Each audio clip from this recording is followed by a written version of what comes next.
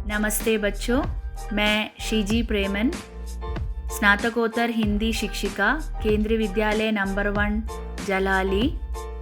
10वीं के पाठ्यक्रम में रचना की दृष्टि से वाक्य हैं। तो आज हम रचना के आधार पर वाक्य भेद पर चर्चा करेंगे। वाक्य भाषा की सार्थक इकाई है। वाक्य तभी बनता है जब अर्थवान शब्दों को ऐसे क्रम में रखा जाए कि उससे पूरे विचार या भाव का ग्रहण हो। आपके सामने है सीबीएसई प्रश्न पत्र 2019-20। यहाँ आप देख सकते हैं कि रचना के आधार पर वाक्य भेद पर आधारित किस प्रकार के प्रश्न पूछे जा सकते हैं, जैसे वाक्य में बदलिए, उपवाक्य का भेद, रचना के आधार पर वाक्य भेद। तो ध्यान रहे कि आपको वाक्य भेद, उपवाक्य का भेद, रचनांतरण, ये तीनों का ज्ञान होना बहुत जरूरी है। यहाँ आप एक उदाहरण देखिए। दशरथ पुत्र राम ने रावण को मारा। इसे हम वाक्य कहते हैं। इसे हम वाक्य क्यों कहते हैं? देखिए, वाक्य क्या है? देखिए, ऐसा सार्थक शब्द समूह जो व्यवस्थित हो तथा पूरा आशय व्यक्त कर सके, वाक्य कहलाता है। आप उदाहरण देखिए।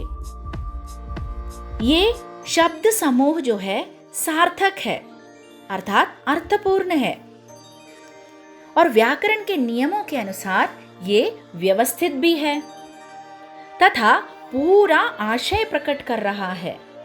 इसलिए हम इसे वाक्य कहते हैं। दशरथ पुत्र राम ने रावण को मारा। यहाँ हर शब्द सार्थक है, व्याकरण के नियमों के अनुसार व्यवस्थित है तथा पूरा आशय प्रकट करता है। वाक्य के अंग अब हम देखेंगे। कर्ता और क्रिया पक्ष के अनुसार वाक्य के 2 अंग माने गए हैं। एक है उद्देश्य और दूसरा है विधेय। यहाँ मैंने कुछ उदाहरण लिए हैं। श्याम बीमार है। यहाँ आप देखिए, उद्देश्य है श्याम, विधेय है बीमार है। वाक्य में जिसके बारे में कुछ कहा गया हो उसे उद्देश्य कहते हैं। इसके अंतर्गत कर्ता तथा कर्ता विस्तार आते हैं। विधेय उद्देश्य के विषय में जो कुछ कहा जाए, उद्देश्य के विषय में जो कुछ कहा जाए उसे विधेय कहते हैं। इसके अंतर्गत क्रिया, क्रिया विस्तार, कर्म, कर्म विस्तार आदि आते हैं। उदाहरण देखिए, एक बार फिर देखते हैं हम। श्याम बीमार है, तो यहाँ किसके बारे में कहा गया है? श्याम। तो श्याम यहाँ उद्देश्य है। और श्याम के बारे में क्या कहा गया है? बीमार है, अतः ये विधेय है। दूसरा उदाहरण, दशरथ पुत्र राम ने रावण को मारा। इसमें उद्देश्य है दशरथ पुत्र राम ने और विधेय है रावण को मारा। तीसरा उदाहरण, रीता सेब खाती है। इसमें उद्देश्य है रीता और विधेय है सेब खाती है। चौथा उदाहरण, मेरा भाई होशियार है। इसमें उद्देश्य है मेरा भाई और विधेय है होशियार है। यहाँ आप 3 प्रकार के वाक्य देख सकते हैं। पहला वाक्य, महात्मा गांधी सदा ही अहिंसा को बल का आधार मानते थे। दूसरा वाक्य, मैं जानता हूँ कि वो कहीं चला गया है। और तीसरा वाक्य है, हम बनारस गए और वहाँ 2 दिन रहे। तो अब हम पहले वाक्य की खासियत देखेंगे।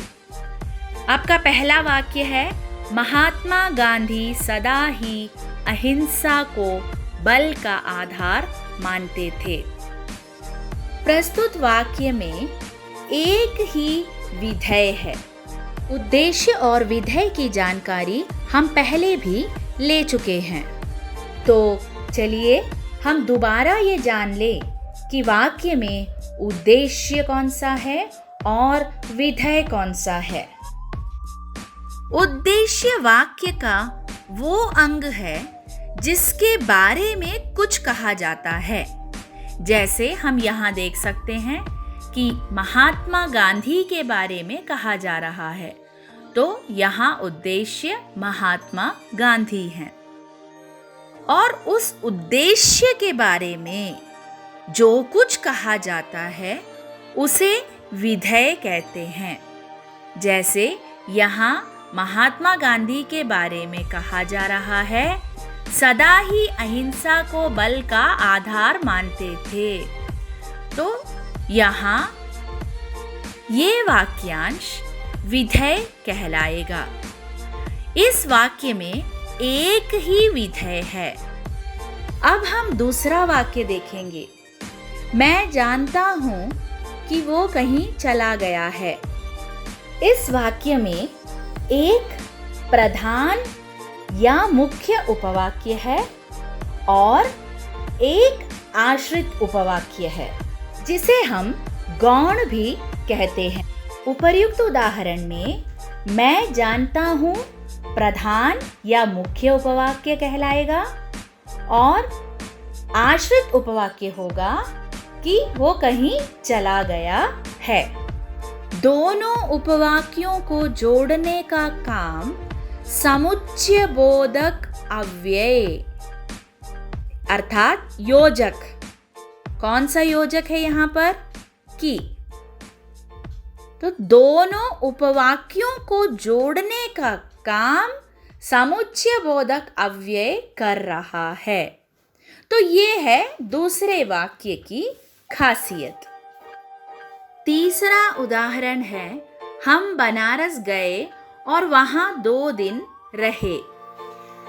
इस वाक्य में हम देख सकते हैं कि दोनों सरल स्वतंत्र वाक्य है। यह दोनों प्रधान वाक्य है। हम बनारस गए, वहां 2 दिन रहे। दोनों वाक्य स्वतंत्र है, दोनों वाक्य प्रधान है।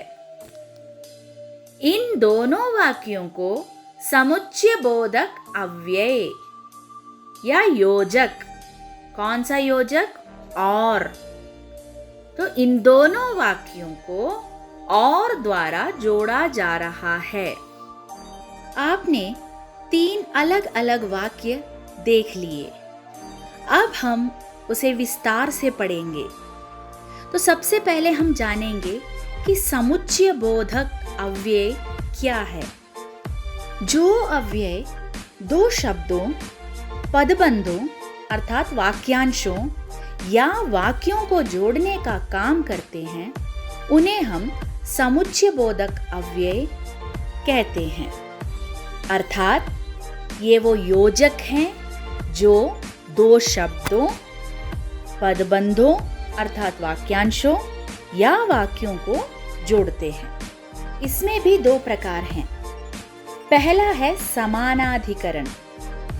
2 या 2 से अधिक समान या स्वतंत्र वाक्यों को जोड़ने वाले अव्यय समानाधिकरण कहलाते हैं।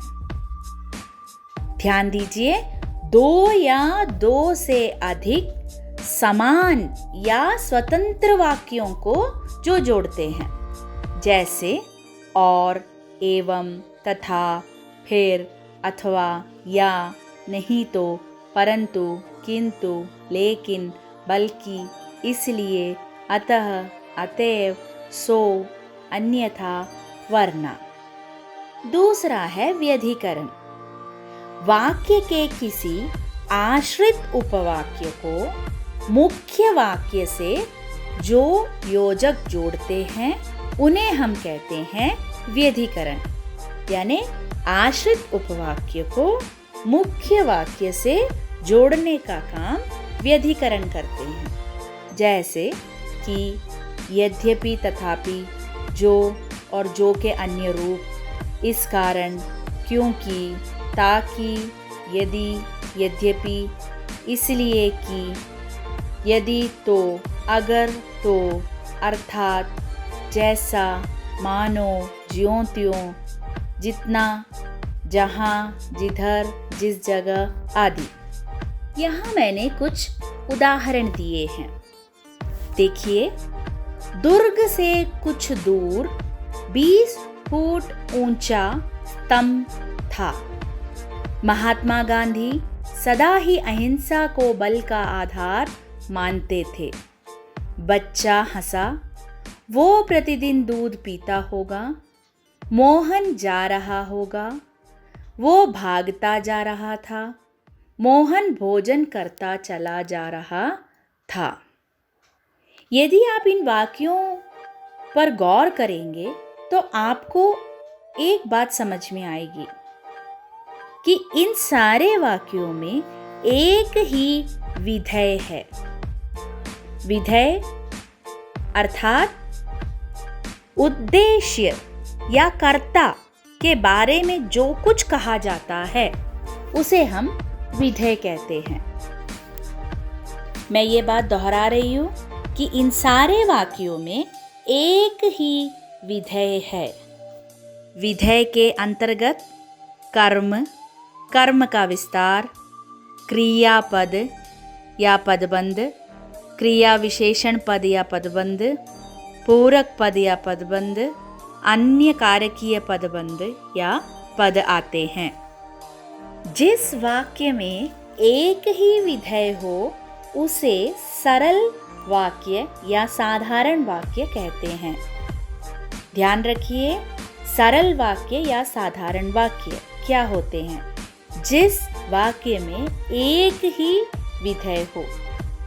अर्थात जो भी उदाहरण मैंने आपको पहले वाले स्लाइड में दिखाए वो सारे सरल वाक्य हैं, क्योंकि वहाँ एक ही विधेय है। अब हम देखेंगे वाक्य विश्लेषण या वाक्य विग्रह। तो हमने सरल वाक्य के कई उदाहरण देखे। उन वाक्यों के वाक्य विश्लेषण या वाक्य विग्रह कैसे करेंगे ये हम यहाँ जानेंगे। मैंने यहाँ 2 वाक्य लिए हैं। पहला वाक्य, दुर्ग से कुछ दूर 20 फुट ऊंचा स्तंभ था। इसमें आप देखिए कि उद्देश्य कौन सा है और विधेय कौन सा है। तो उद्देश्य माने जिसके बारे में कहा जा रहा है। तो इस वाक्य में किसके बारे में कहा जा रहा है? आप खुद सोचिए कि इस वाक्य में किसके बारे में कहा जा रहा है। इस वाक्य में 20 फुट ऊंचे स्तंभ के बारे में कहा जा रहा है, इसलिए उसे हम उद्देश्य कहेंगे। तो उद्देश्य हुआ स्तंभ और उद्देश्य का विस्तार 20 फुट ऊंचा, अर्थात स्तंभ की विशेषता है ये, तो वो है उद्देश्य का विस्तार। उसी प्रकार हम विधेय देखेंगे। विधेय माने उद्देश्य के बारे में जो कुछ कहा जाता है। यहाँ आप देखिए विधेय क्रिया था और विधेय वर्धक है दुर्ग से कुछ दूर। दूसरा उदाहरण देखिए, महात्मा गांधी सदा अहिंसा को बल का आधार मानते थे। इसमें आप देखिए उद्देश्य क्या है, किसके बारे में यहाँ कहा गया है? महात्मा गांधी। तो उद्देश्य गांधी है और उद्देश्य वर्धक महात्मा, और विधेय मानते थे क्रिया, क्रिया का विस्तार सदा, कर्म अहिंसा को, क्रिया का विस्तार बल का आधार। तो जब भी आप वाक्य विश्लेषण या वाक्य विग्रह करें तो उस वाक्य के उद्देश्य और विधेय को सबसे पहले छांटिए। फिर उद्देश्य में आपको उद्देश्य, उद्देश्यवर्धक और उद्देश्य का विस्तार लिखना है। विधेय में आपको क्रिया, क्रिया का विस्तार, कर्म, कर्म का विस्तार और विधेयवर्धक लिखना है। तो यहाँ वाक्य के सभी अंगों का विश्लेषण किया जा रहा है। वाक्य के सभी अंगों का विग्रह किया जा रहा है। अब आप कुछ और उदाहरण देखिए। मैं जानता हूँ कि वो कहीं चला गया है। वो पेड़ उग आया है जो तुमने लगाया था। वो पुस्तक चाहता है क्योंकि उसके पास कोई है ही नहीं। जब वो आएगा तब मैं घर चला जाऊंगा। रचना के आधार पर इन वाक्यों को हम मिश्र वाक्य कहेंगे। तो पहले हमने सरल वाक्य पढ़ा जिसमें एक ही विधेय होता है। अब हम देखेंगे मिश्र वाक्य। मिश्र वाक्य में एक प्रधान उपवाक्य होता है जिसे हम मुख्य उपवाक्य भी कहते हैं, और एक या अनेक आश्रित उपवाक्य होते हैं जिसे हम अधीन उपवाक्य भी कहते हैं। तो हम एक बार फिर देखेंगे कि मिश्र वाक्य में एक प्रधान उपवाक्य होता है और एक या अनेक आश्रित उपवाक्य होते हैं। आश्रित उपवाक्य को हम गौण भी कहते हैं। उदाहरण के लिए, जब मैं आया था तब वर्षा हो रही थी। दोनों ही उपवाक्य हैं क्योंकि ये दोनों वाक्य अपूर्ण हैं, पूर्ण नहीं है दोनों वाक्य। अगर हम इसे एक वाक्य बनाएंगे, जब मैं आया था तब वर्षा हो रही थी, तब ही जाके ये पूर्ण वाक्य बनेगा। अगर दोनों वाक्यों को अलग अलग लिखा जाए तो ये दोनों वाक्य अपूर्ण हैं। यहाँ एक प्रधान उपवाक्य है और दूसरा आश्रित उपवाक्य है। मिश्र वाक्य के जो उदाहरण हमने पहले वाली स्लाइड में देखे थे, उसमें से प्रधान उपवाक्य और आश्रित उपवाक्य छांटकर मैंने यहाँ लिखा हुआ है। मैं जानता हूँ कि वो कहीं चला गया है। उसमें आप देखिए प्रधान उपवाक्य कौन सा है। मैं जानता हूँ प्रधान उपवाक्य है, कि वो कहीं चला गया है आश्रित उपवाक्य। उसी प्रकार वो पेड़ उग आया है प्रधान उपवाक्य है, जो तुमने लगाया था आश्रित उपवाक्य है। वो पुस्तक चाहता है प्रधान उपवाक्य है, क्योंकि उसके पास कोई है ही नहीं आश्रित उपवाक्य है। तब मैं घर चला जाऊंगा प्रधान उपवाक्य है, और यहाँ आश्रित उपवाक्य है जब वो आएगा। ध्यान दीजिए कि आश्रित उपवाक्य की शुरुआत योजक चिन्हों से हो रही है। प्रधान उपवाक्य माने क्या है, ये आपको समझना है। वाक्य के क्रम में जिस प्रधान उपवाक्य का मुख्य स्थान होता है और क्रिया भी अपेक्षाकृत स्वतंत्र होती है, उसे मुख्य या प्रधान उपवाक्य कहते हैं।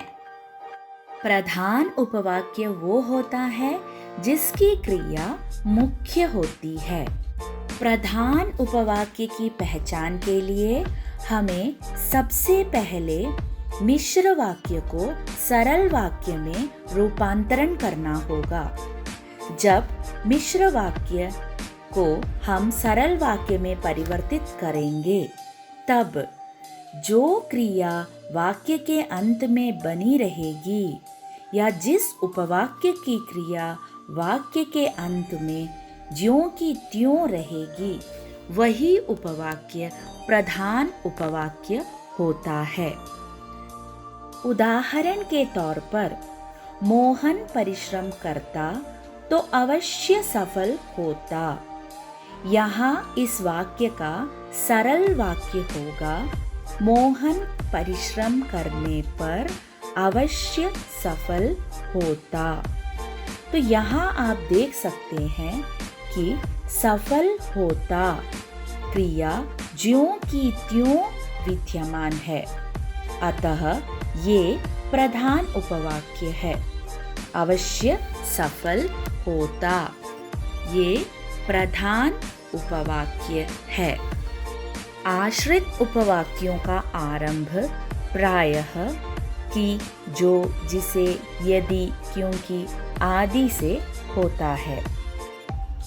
जब हम मिश्र वाक्य को सरल वाक्य में रूपांतरित करते हैं, उस वक्त रूपांतरित होने वाली क्रिया अर्थात जिस क्रिया में परिवर्तन होता है, उस क्रिया वाला उपवाक्य आश्रित उपवाक्य कहलाता है। उदाहरण देखिए, मैं जानता हूँ, वो पेड़ उगाया है, वो पुस्तक चाहता है, तब मैं घर चला जाऊंगा। आश्रित उपवाक्य से आप क्या समझते हैं? क्योंकि जब तक ये सब चीजें आप समझेंगे नहीं, आप उपवाक्य का भेद कैसे लिखेंगे? हमने प्रश्न पत्र में देखा है कि उपवाक्य का भेद पूछ रहे हैं, तो सबसे पहले आपको उपवाक्य क्या है वो समझना है। तो देखिए, आश्रित उपवाक्य 3 प्रकार के होते हैं। पहला है संज्ञा उपवाक्य। उदाहरण देखिए, राम बोला कि मैं वन जाऊंगा। जिस आश्रित उपवाक्य का प्रयोग वाक्य की संज्ञा, कर्म, पूरक आदि के स्थान पर, जिस आश्रित उपवाक्य का प्रयोग वाक्य की संज्ञा के स्थान पर हो, उसे संज्ञा उपवाक्य कहते हैं। उपर्युक्त उदाहरण में राम क्या बोला के उत्तर में ये बात कही गई है कि मैं वन जाऊंगा। वो बात बोला क्रिया का कर्म है, अतः कि मैं वन जाऊंगा संज्ञा उपवाक्य है, और इस संज्ञा उपवाक्य को प्रधान उपवाक्य से जोड़ने वाला समुच्चय बोधक अव्यय है कि। तो बात को समझिए, यहाँ राम बोला प्रधान उपवाक्य है और मैं वन जाऊंगा आश्रित उपवाक्य है। दोनों को मिलाने का काम की योजक कर रहा है। याद रखिए, संज्ञा उपवाक्य का योजक चिन्ह है कि। आश्रित उपवाक्य का दूसरा भेद है विशेषण उपवाक्य। कुछ उदाहरण आप देखिए। मेरी वो पुस्तक कहाँ है जिसमें राम की कथा है? वो स्थान अब खाली है जहाँ हम बैठे थे। वो लड़का लौट आया जो भाग गया था। तो जो भी पद आपको यहाँ लाल रंग में दिखाई दे रहे हैं, वे पद संज्ञा कहलाएंगे, और जिसे मैंने भूरे में रखा है वो उस संज्ञा की विशेषता बता रहे हैं। तो यहाँ आपको स्पष्ट हो गया होगा कि जो आश्रित उपवाक्य प्रधान उपवाक्य में पड़ी संज्ञा के विशेषण का काम दे, उसे हम विशेषण उपवाक्य कहते हैं। पहले वाक्य में पुस्तक संज्ञा की विशेषता है जिसमें राम की कथा है, अतः ये विशेषण उपवाक्य है। विशेषण उपवाक्य प्रधान उपवाक्य से प्रायः जो से बने अन्य सर्वनामों, सार्वनामिक विशेषणों जैसा, जितना आदि से, या सार्वनामिक क्रिया विशेषण जब, जहाँ, जिधर, ज्यों, जिसे, जितना आदि से जुड़ा होता है। अब हम देखेंगे आश्रित उपवाक्य का तीसरा भेद, क्रिया विशेषण उपवाक्य। मैंने यहाँ कुछ उदाहरण दिए हैं, जैसे जब पानी बरसता है तब मेंढक टर्राने लगते हैं, जहाँ चाहो बैठ जाओ। यहाँ आप देख सकते हैं कि मैंने लाल रंग से जो लिखे हुए हैं वे क्रिया हैं, और इसकी दूसरी खासियत ये है कि ये क्रिया प्रधान उपवाक्य की है। तो यहाँ मैंने प्रधान उपवाक्य की क्रिया को लाल रंग से लिखा हुआ है। अब आप देखिए, जब पानी बरसता है तब मेंढक टर्राने लगते हैं। अगर मैं सवाल पूछूं कि मेंढक कब टर्राने लगते हैं, तो उत्तर मिलेगा जब पानी बरसता है। यहाँ जब पानी बरसता है, प्रधान उपवाक्य की क्रिया टर्राने लगते हैं। प्रधान उपवाक्य की क्रिया की विशेषता है। दूसरा उदाहरण देखिए, जहाँ चाहो बैठ जाओ। यहाँ प्रधान उपवाक्य की क्रिया है बैठ जाओ और उसकी विशेषता है जहाँ चाहो। अब देखिए, पहले वाले वाक्य में वो काल दिखा रहा है और दूसरे वाले वाक्य में स्थान दिखा रहा है। उसी प्रकार अगला उदाहरण है, उसने वैसा ही किया जैसा कहा गया था। तो यहाँ किया मुख्य उपवाक्य की क्रिया है और उसकी विशेषता है जैसा कहा गया था, और ये रीति दिखा रहा है। अगला उदाहरण, वो नहीं समझेगा क्योंकि वो मूर्ख है। तो इसमें मुख्य उपवाक्य की क्रिया की विशेषता क्योंकि वो मूर्ख में हम देख सकते हैं। तो यहाँ कारण दिखाया जा रहा है, इसे हम हेतु सूचक कहेंगे। जिधर वे गए हैं हम भी उधर जाएंगे, ये दिशा सूचक है। जहाँ प्रधान उपवाक्य हम भी उधर जाएंगे, उसकी क्रिया जाएंगे की विशेषता है जिधर वे गए हैं। तो यहाँ दिशा दिखाई जा रही है। इसको चाहे तो हम स्थान में भी रख सकते हैं। अगला उदाहरण, उसने जितना परिश्रम किया उतना ही अच्छा परिणाम मिला। तो यहाँ ये परिमाणवाचक क्रिया विशेषण है और मुख्य उपवाक्य या प्रधान उपवाक्य की क्रिया मिला है, जिसकी विशेषता है उसने जितना परिश्रम किया। तो उदाहरणों से आपको स्पष्ट हो गया होगा कि क्रिया विशेषण उपवाक्य क्या होता है। जिस आश्रित उपवाक्य का प्रयोग क्रिया विशेषण की तरह किया जाता है, अर्थात जो आश्रित उपवाक्य प्रधान उपवाक्य की क्रिया की विशेषता बताता है, उसे हम क्रिया विशेषण उपवाक्य कहते हैं। क्रिया विशेषण उपवाक्य के भेद हमने देखे। कालवाचक क्रिया विशेषण, स्थानवाचक क्रिया विशेषण, रीतिवाचक क्रिया विशेषण, हेतु सूचक या परिणाम सूचक क्रिया विशेषण, परिमाणवाचक क्रिया विशेषण। इसमें मैंने एक और क्रिया विशेषण बताया है, दिशा सूचक, जिसे हम स्थानवाचक में भी रख सकते हैं। इनके आगे आपको कोष्ठक में प्रश्न सूचक शब्द दिखाई देगा। जैसे कालवाचक क्रिया विशेषण जानना हो तो कब प्रश्न सूचक शब्द लगाइए, स्थानवाचक के लिए कहाँ, रीतिवाचक के लिए कैसे, हेतु सूचक के लिए क्यों, दिशा सूचक के लिए कहाँ, परिमाणवाचक के लिए कितना। तो एक बार फिर समझिए, जो उपवाक्य प्रधान उपवाक्यों की क्रियाओं की विशेषताएं बता रहे हैं, उन्हें हम क्रिया विशेषण उपवाक्य कहते हैं। क्रिया विशेषण उपवाक्य में प्रधान उपवाक्य और आश्रित उपवाक्य को जोड़ने वाले योजक पद अब हम देखेंगे। जैसे ज्यों ही, जब, जहाँ, जिधर, जिस जगह, जैसा, जिस तरह, जैसे, जितना, जितनी, जैसे जैसे, यदि, यद्यपि, ताकि आदि।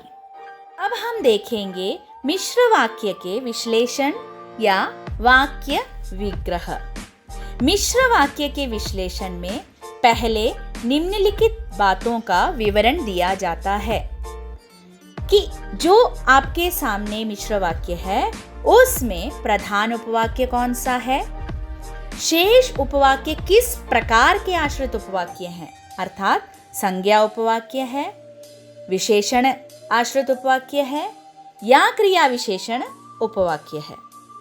उन दोनों वाक्यों को जोड़ने वाले योजक पद कौन से हैं। तो मिश्र वाक्य के विग्रह के समय ये 3 बातें सबसे पहले आपको जाननी है। इसके बाद प्रत्येक उपवाक्य का उद्देश्य और विधेय अलग करके उनके विस्तार बताए जाते हैं, जैसा हमने सरल वाक्य में किया था। यहाँ जो मैंने उदाहरण लिया है वो है, जब मेरे भाई श्री राम लौट कर आएंगे तब मैं तत्काल उन्हें राज्य सौंप दूंगा। तो सबसे पहले हम इसमें से प्रधान उपवाक्य व आश्रित उपवाक्य छांटेंगे। प्रधान उपवाक्य और आश्रित उपवाक्य की पहचान तो आप कर ही सकते हैं। जैसे प्रधान उपवाक्य वो होता है जिसकी क्रिया मुख्य होती है।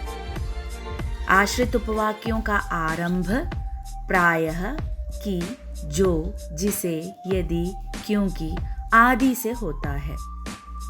मिश्र वाक्य को जब आप सरल वाक्य में रूपांतरण करेंगे तब भी आप प्रधान उपवाक्य पहचान सकते हैं। जैसे जो क्रिया वाक्य के अंत में बनी रहेगी वही उपवाक्य प्रधान उपवाक्य होगा। अर्थात जब हम मिश्र वाक्य को सरल वाक्य में बदलेंगे उस वक्त जो क्रिया बिना परिवर्तन के रहेगी वही क्रिया वाला उपवाक्य प्रधान उपवाक्य होगा। जो क्रिया परिवर्तित होती है अर्थात रूपांतरित होने वाली क्रिया वाला उपवाक्य आश्रित उपवाक्य होगा। अब हम उदाहरण देखेंगे ताकि आपको बात स्पष्ट हो। उदाहरण है, जब मेरे भाई श्री राम लौटकर आएंगे तब मैं तत्काल उन्हें राज्य सौंप दूंगा। ये मिश्र वाक्य है। इसे जब हम सरल वाक्य में रूपांतरित करेंगे तब वाक्य बनेगा, मेरे भाई श्री राम के लौट आने पर तत्काल मैं ये राज्य उन्हें सौंप दूंगा। यहाँ आप देखिए, जब हम मुख्य क्रिया ढूंढते हैं तब मुख्य क्रिया होगी दूंगा। यहाँ हम देख सकते हैं कि मुख्य क्रिया में किसी भी प्रकार का परिवर्तन नहीं आया। मुख्य वाक्य की दूंगा क्रिया वाक्य में ज्यों का त्यों आया हुआ है। जो क्रिया वाक्य के अंत में बनी रहती है वही उपवाक्य प्रधान उपवाक्य होगा।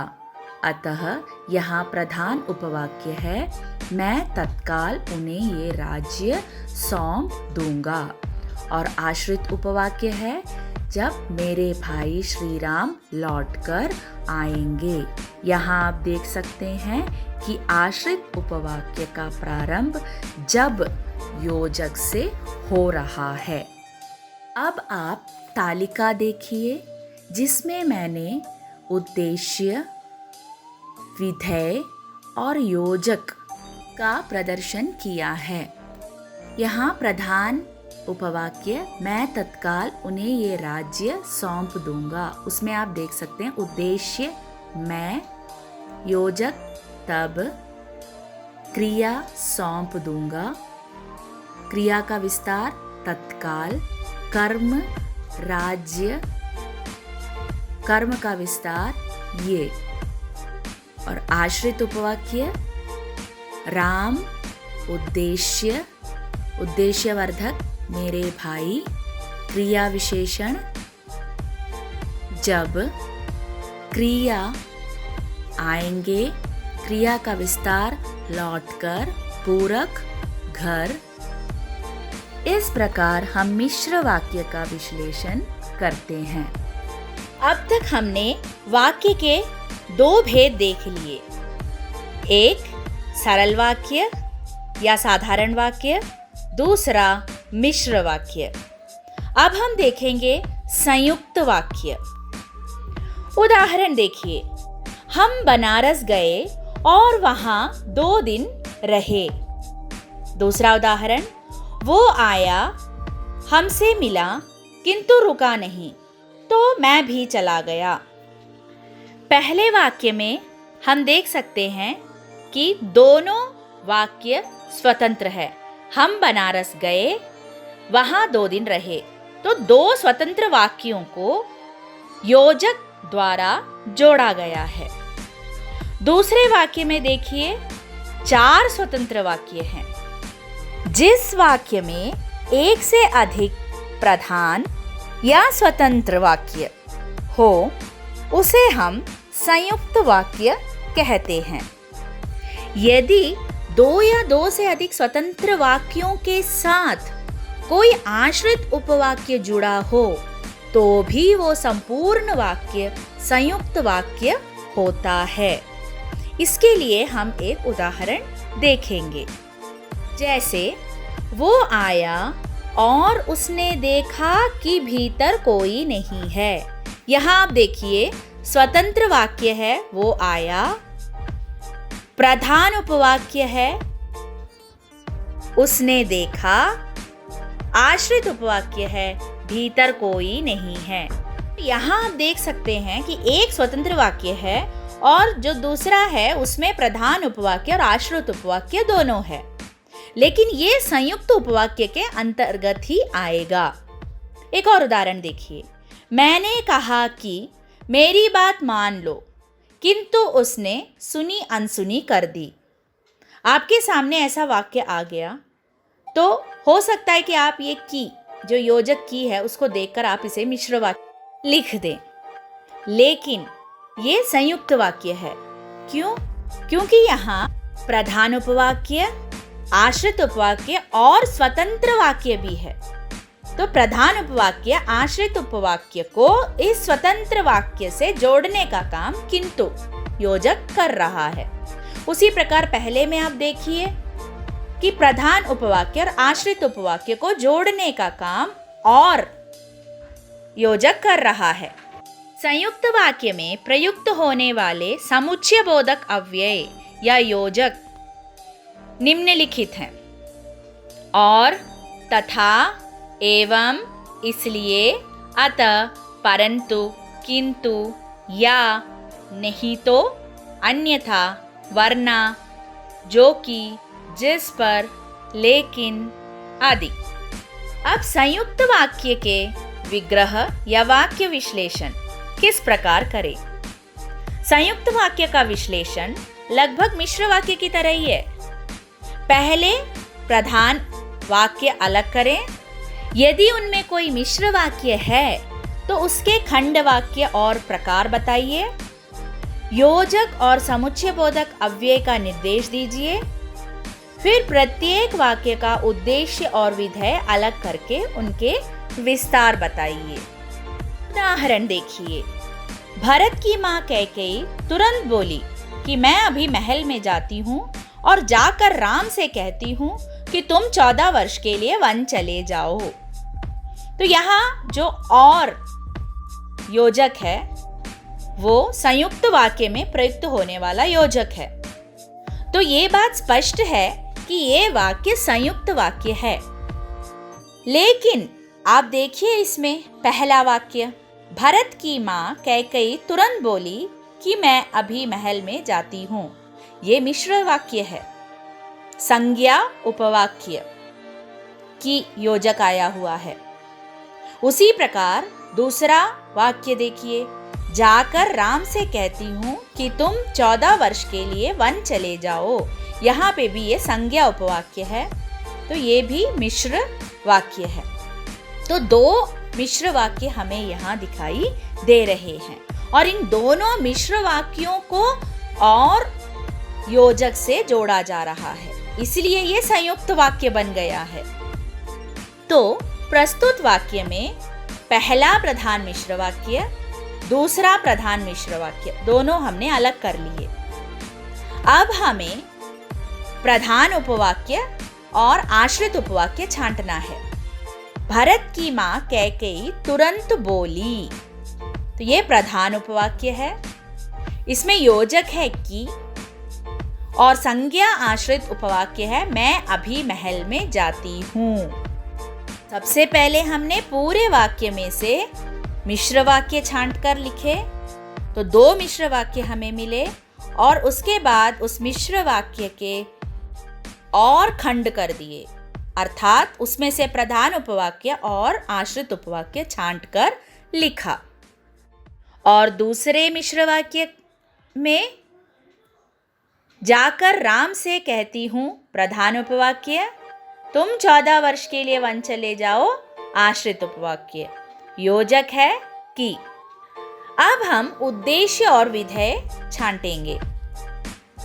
यहाँ देखिए, पहले मिश्र वाक्य में कैकेयी उद्देश्य है, भरत की माँ उद्देश्य विस्तार है, योजक की है, क्रिया बोली, क्रिया विस्तार तुरंत।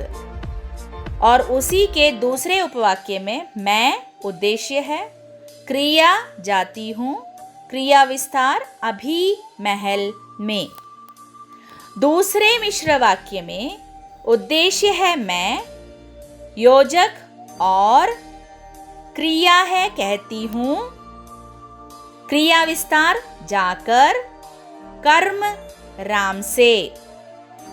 और उसी के दूसरे भाग में उद्देश्य है तुम, योजक की, क्रिया चले जाओ, क्रिया विस्तार 14 वर्ष के लिए, पूरक वन। यदि आपको उद्देश्य और विधेय में कुछ शंका हो रही है तो आप दोबारा एक बार उस स्लाइड को सुनिए जिसमें मैंने उद्देश्य क्या है, विधेय क्या है, उद्देश्य विस्तार से क्या मतलब है, ये सब बातें बताई हैं। आशा है कि आपसे यदि प्रश्न पूछें कि रचना के आधार पर वाक्य भेद लिखिए, तो आपको सरल वाक्य, संयुक्त वाक्य और मिश्र वाक्य कौन से हैं, ये आसानी से समझ में आ जाएगा। उसी प्रकार यदि आपसे मिश्र वाक्य में प्रधान उपवाक्य और आश्रित उपवाक्य छांट कर लिखने के लिए बोलें तो भी आप आसानी से कर लेंगे। साथ ही आश्रित उपवाक्य के भेद, जो मैंने 3 भेद सिखाए हैं, वो भी आपको अच्छे से समझ में आ गया होगा। अब हमें देखना है वाक्यांतरण या वाक्य परिवर्तन। उदाहरण देखिए, उसने कहा कि मैं निर्दोष हूँ। इस वाक्य को मैं इस प्रकार भी लिख सकती हूँ, उसने अपने आप को निर्दोष बताया। तो हम एक वाक्य को अनेक ढंग से कह सकते हैं। वाक्य का एक प्रकार किसी दूसरे प्रकार में परिवर्तित किया जा सकता है, लेकिन एक विशेष ध्यान इस बात पर देनी है हमें कि वाक्य का अर्थ न बदल पाए। यहाँ आप देखिए, मैंने सरल वाक्य से मिश्र वाक्य बनाया है।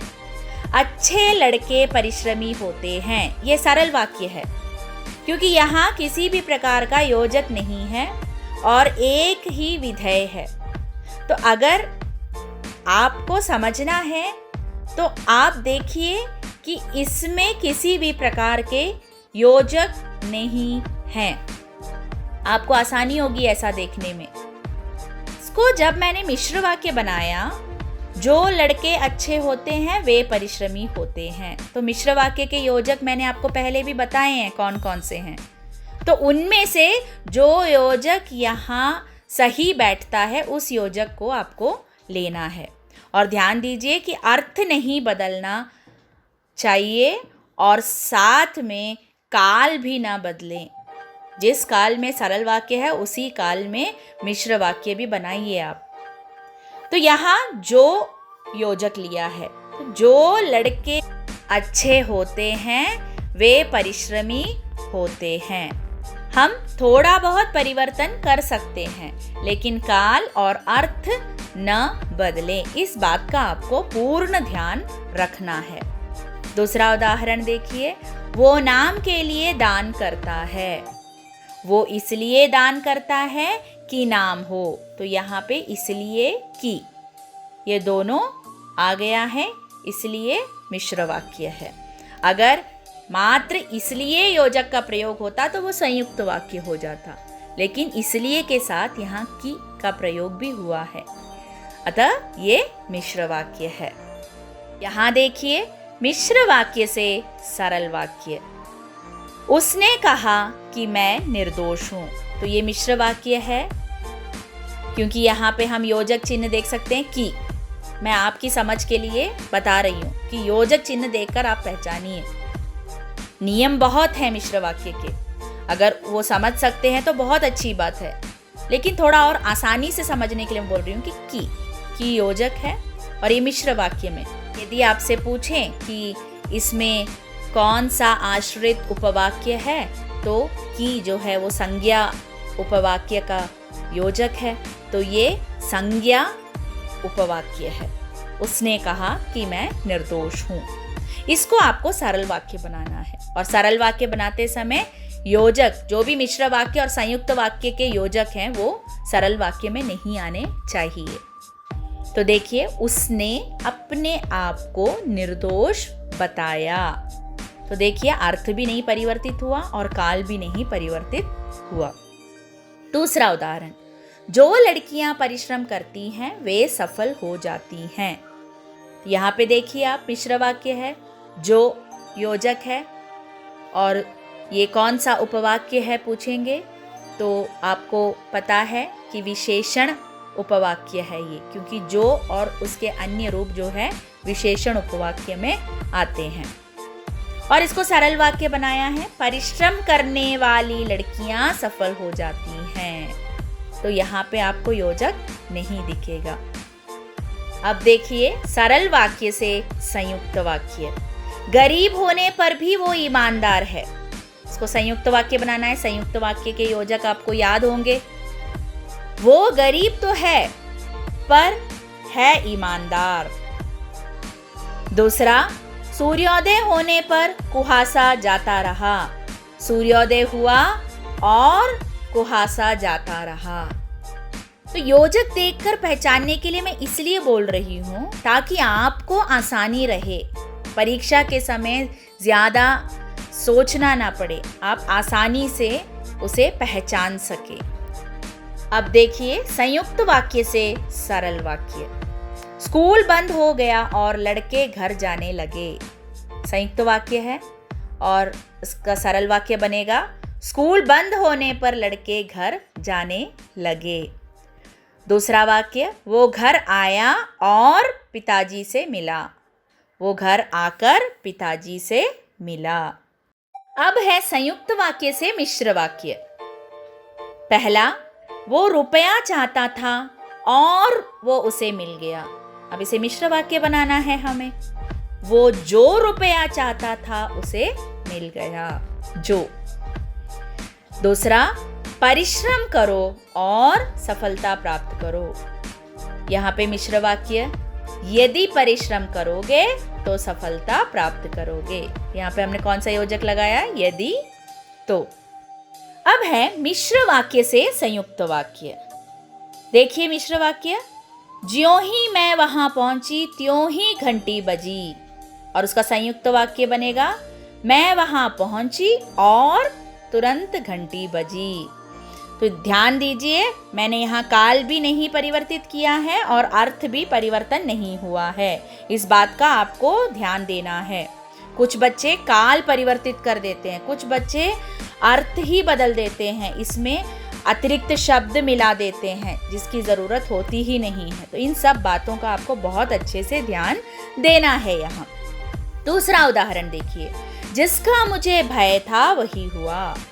और इसका संयुक्त वाक्य है, इसका मुझे भय था और यही हुआ। अब है वाक्य संश्लेषण। हमने वाक्य विश्लेषण पढ़ा। वाक्य विश्लेषण माने अलग करना, विग्रह करना। यहाँ हम वाक्य संश्लेषण पढ़ेंगे, माने वाक्य मिलाना। संश्लेषण का अर्थ है मिलाना। अनेक सरल वाक्यों के स्थान पर एक सरल वाक्य, एक मिश्र वाक्य या एक संयुक्त वाक्य बनाना। जैसे कि छुट्टी हुई, सब विद्यार्थियों ने पुस्तकें ली, वे अपने अपने घरों को चल पड़े। यहाँ आप देख सकते हैं कि मैंने 3 सरल वाक्य दिए हैं। आपको इन वाक्यों का संश्लेषण करना है, यानी इन तीनों वाक्यों को मिलाकर आपको एक वाक्य बनाना है।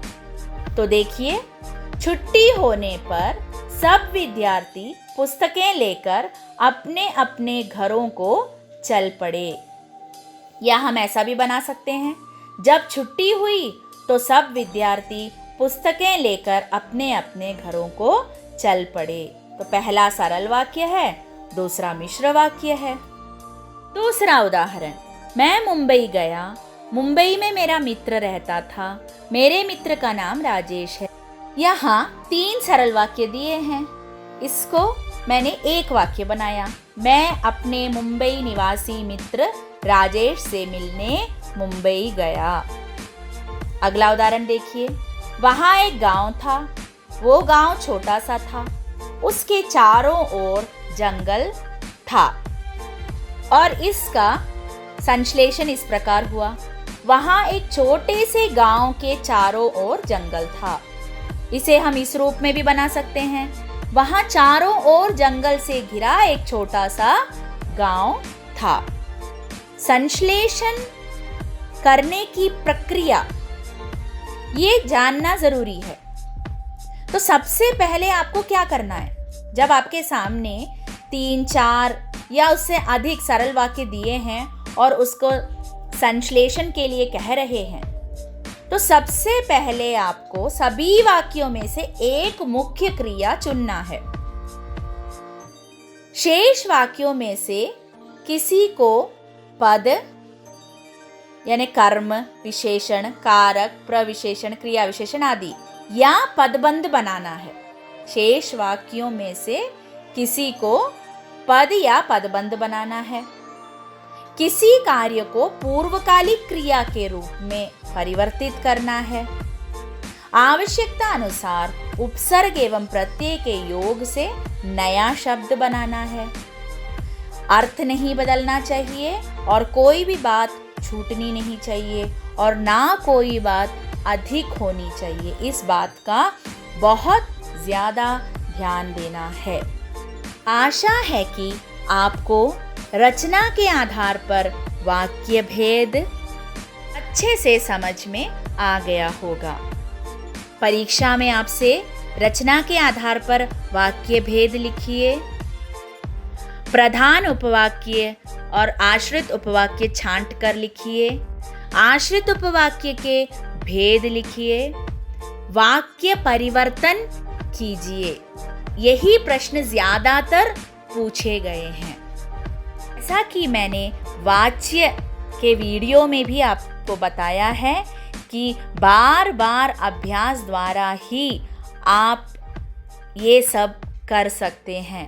मात्र नियमों को पढ़ लेने से आप नहीं कर पाएंगे।